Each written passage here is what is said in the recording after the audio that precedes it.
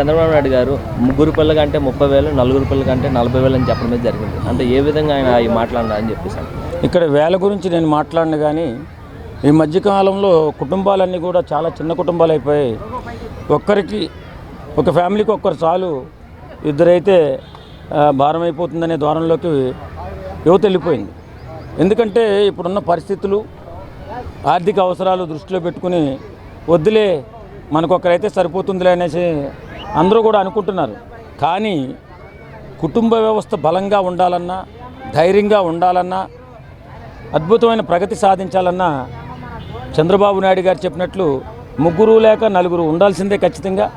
ప్రతి కుటుంబంలో కూడా ఒక చిన్న ఇష్యూ జరిగితే, ఎందుకు మా కుటుంబంలో జరిగిన ఇష్యూ అని చెప్తాను. మా తమ్ముడు అనుకోకుండా చనిపోయాడు. మేము నలుగురు ఉన్నాం కాబట్టి ఒక ముగ్గురు మిగిలాం. అలాగే ఒక్కరికి అనేటటువంటి వాళ్ళు ఏ ఉపద్రవమన్నా వచ్చి ఆ ఒక్కరు కూడా లేకపోతే జీవితం అంతా బాధపడుతూ భయంకరమైన జీవితాన్ని గడపాల్సిన అవకాశం ఉంటుంది. కాబట్టి ఏమంటానంటే కనీసం ఇద్దరు దాటి ముగ్గురు నలుగురిని కనండి, కంటే ఒక బలమైన కుటుంబంగా నిలబడుతుంది. ఎప్పుడు చాలా కుటుంబాల్లో కొన్ని కుటుంబాల్లో 10 మందిని కనేటటువంటి వాళ్ళు కూడా ఉంటారు. కాబట్టి నేనేమంటానంటే ఇప్పుడు బాగా విపరీతంగా ప్రచారం పొంది ఒకరు జాలులే ఒకరిని బాగా పోషిస్తే జాలులే, బాగా పెంచుతో జాలులే అనేటటువంటి ధోరణిలోకి వెళ్ళిపోయి ఏదో ఒంటిపిల్లి రాకేసి కదా తయారైపోయారు. చంద్రబాబు నాయుడు గారు చెప్పిన దాంట్లో వాస్తవం ఉంది. కుటుంబం బలంగా ఉండాలన్నా, దేశం బలంగా ఉండాలన్నా ప్రతి ఒక్కరూ కూడా ఇద్దరు లేక ముగ్గురు పిల్లల్ని కనుక్కుంటేనే మనకి అద్భుతమైన ప్రగతిని సాధించే అవకాశం కూడా ఉంటుంది.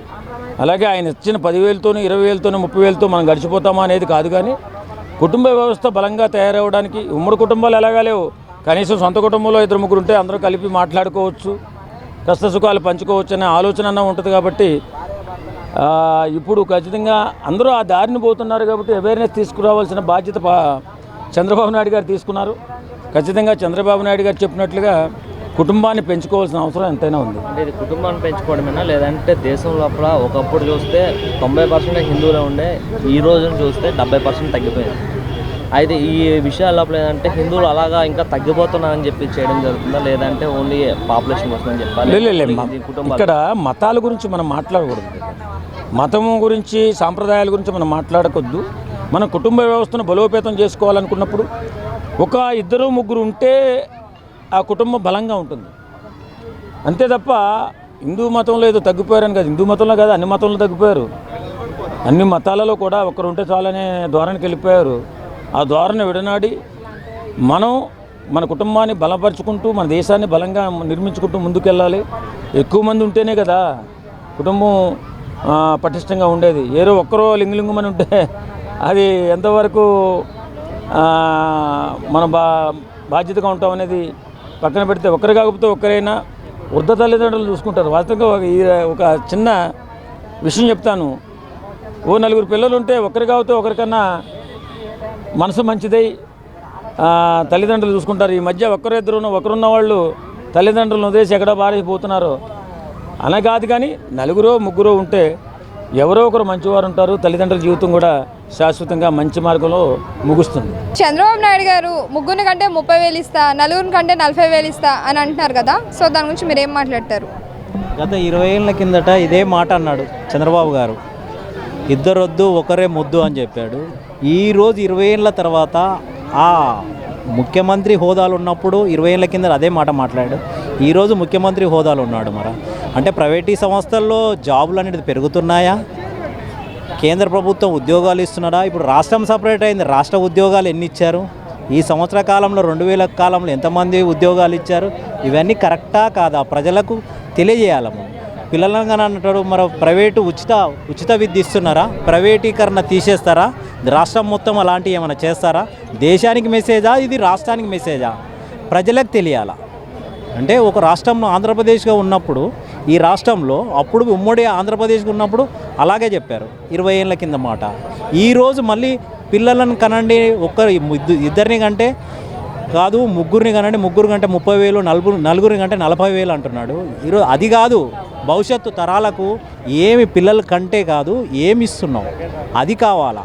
ఇగో ఇలా ఉంది, ప్రైవేటీకరణలో ఉన్నది, విద్య ఫ్రీ ఇస్తున్నావా?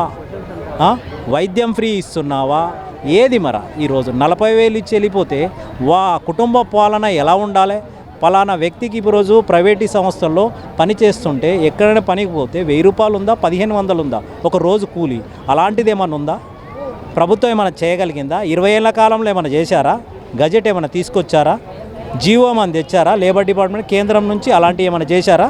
అలాంటివి ఏం చేయనప్పుడు ప్రజలు పిల్లలంగానండి అంటే ఎవరికి అంటారు? నీ ఆర్థిక పరిస్థితే కింద మీద ఉంది. కుటుంబం పోషించాలంటే ఏడికెళ్ళి అవుతుంది ఈ రోజుల్లో?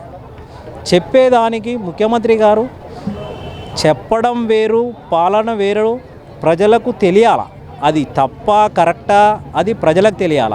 నేనేమంటున్నా అంటే ఈరోజు చెప్పడం కాదు, ప్రణాళికలో ఇప్పుడు ఏపీ ఉంది, ఆంధ్రప్రదేశ్ ఉంది. ఆంధ్రప్రదేశ్లో ఏం చేసావు అది కావాలా.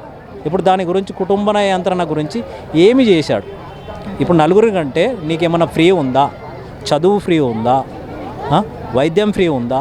ఏ హాస్పిటల్ ప్రైవేట్లో పోయినా కానీ నీకు ఇలాంటిది ఏమైనా ఉన్నదే అంటే ఎవరన్నా దాన్ని ముందుకు వస్తారేమో. ఇలాంటివి లేదు. ప్రజలు ఒకరు కంటే, ఇద్దరు కంటే, ముగ్గురు కంటే అని డబ్బులు ఇస్తా అంటే 40,000తో అయిపోతుంది ఈ రోజుల్లో? పోషించాలంటే ఒక్కొక్కరికి లక్షలల్లో అవుతుంది, చదివించాలంటే లక్షలల్లో అయిపోతుంది. అలాంటి ఖర్చు ఏమైనా ప్రభుత్వం భరిస్తుందా? అలాంటిది ఏమైనా ఉందా ఈ రోజుల్లో? అలాంటిది లేనప్పుడు ఇలాంటి మాటలు మాట్లాడడం తప్పని నేను అంటాను.